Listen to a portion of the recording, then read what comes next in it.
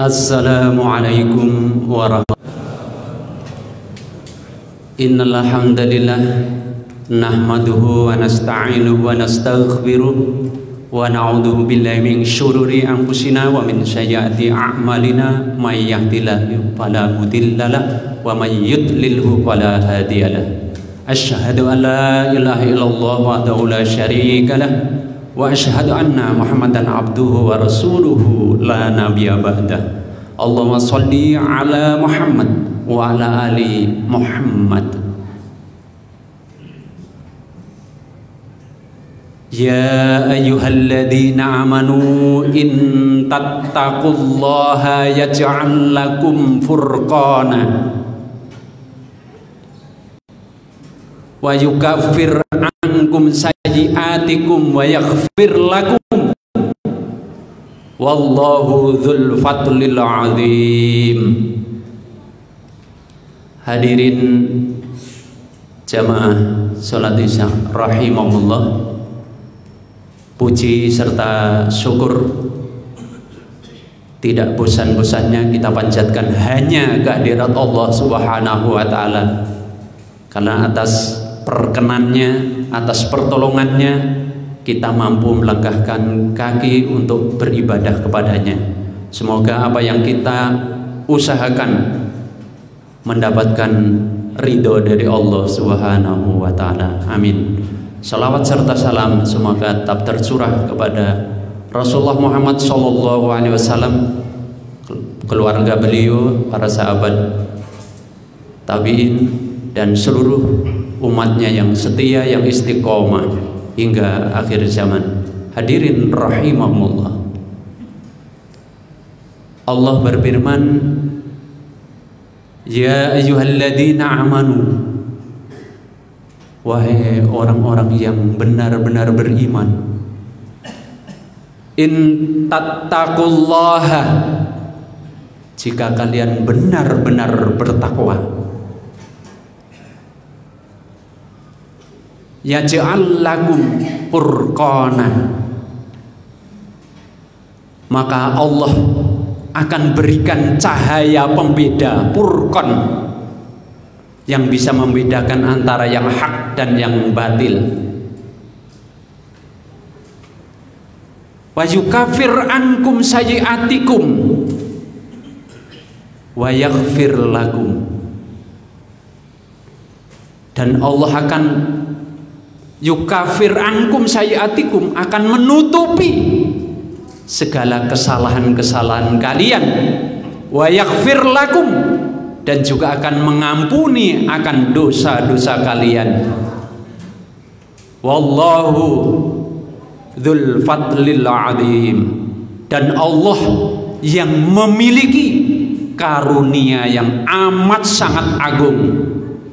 Quran surah 8 ayat 29. Hadirin rahimahumullah, harapan Allah kita menjadi hambanya yang benar-benar beriman dan benar-benar bertakwa. Seperti halnya kita berpuasa juga benar-benar beriman dan diharapkan benar-benar bertakwa pada akhirnya. Hadirin rahimahumullah, tapi iman yang bagaimana yang digandaki atau yang diinginkan oleh Allah adalah iman yang tauhid, punya esensi menakutkan Allah, yakni benar-benar tunduk patuh menyembah minta tolong itu benar-benar hanya kepada Allah saja, tidak kepada yang lainnya. Begitu dialamatkan kepada yang lainnya atau bukan karena Allah, maka tidak akan jadi amal apapun juga.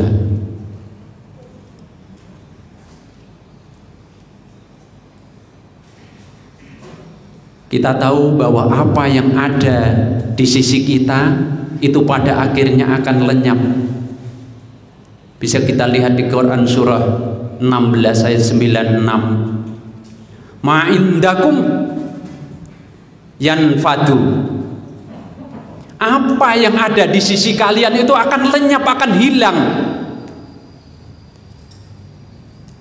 Wa ma indallahi Dan apa yang ada di sisi Allah baqi, yang kekal abadi selama-lamanya. Oleh karena itu, segala aktivitas ibadah kita seharusnya dan semestinya kita dasari hanya karena Allah semata. Karena begitu tidak karena Allah, berarti kita dalam waktu yang sama mensekutukannya. Allah berfirman di dalam Quran surah 4, bisa kita lihat di ayat yang 48 dan juga 116. Innallaha la yaghfiru ayyushraka bihi wa yaghfiru ma duna dzalika liman yasha wa man yusyrik billahi faqad iftara itsman 'azima. Kemudian kalau di dalam Quran surah yang sama ayat yang 116, innallaha la yusyrik billahi faqad dhalla dhalalam ba'idah. Hadirin rahimahullah, Allah tidak akan mengampuni dosa syirik.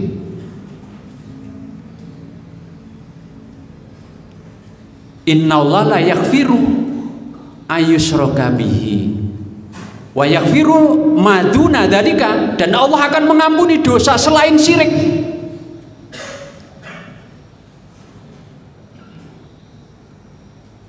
Wa may yusyrik billahi, dan barang siapa mensekutukan Allah, berbuat syirik kepada Allah,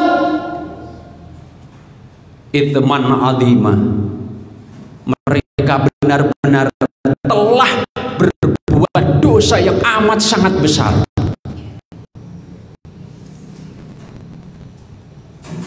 Kemudian redaksi yang di akhir ayat di surat yang sama, Quran surah 4 ayat yang 116, wa man yusyrik billahi faqad dhalla dhalalan ba'ida, barang siapa mensekutukan Allah, faqad, maka sungguh dia telah sesat dengan kesesatan yang amat sangat jauh. Yad'una min duni illa inatha. Di ayat yang 117-nya Allah berfirman, yang mereka sembah selain Allah itu adalah inatha, sesembahan selain Allah. Bisa berwujud patung, batu, kayu, laut, jembatan, gunung, dan seterusnya. Selain Allah adalah kesyirikan. Hadirin rahimahullah, namun Allah tidak akan mengadab, tidak akan menghukum tatkala seseorang itu masih memohon ampun kepada Allah. Bisa kita lihat Quran surah 8 ayat yang 33 di akhir ayat, wa ma kana Allahu, dan tidak akan Allah mudabbihum, mengadab mereka, wahum, sedang mereka yastaghfirun, masih memohon ampun kepada Allah.